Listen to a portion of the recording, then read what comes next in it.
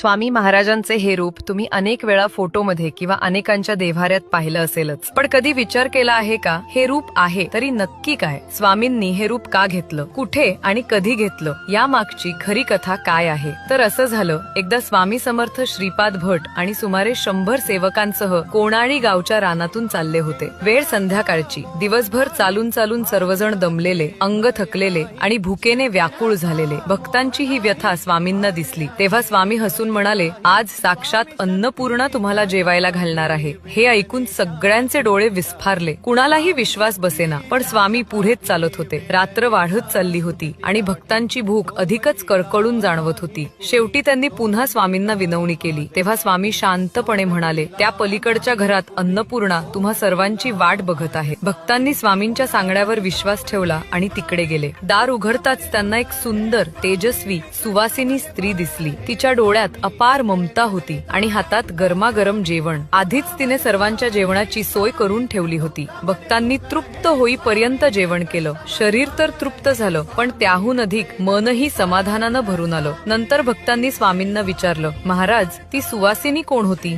स्वामी समर्थ मंद हसले आणि म्हणाले, ती दुसरी कोणी नसून माता अन्नपूर्णाच होती. तुम्हाला जेवायला घालण्यासाठी ती माझ्याच रूपातून प्रकट झाली होती. म्हणूनच स्वामी समर्थांना अनेक भक्त स्वामी आई म्हणूनही हाक मारतात. भक्त जेव्हा आई म्हणून हाक देतात तेव्हा स्वामी खऱ्या आई वडिलांचा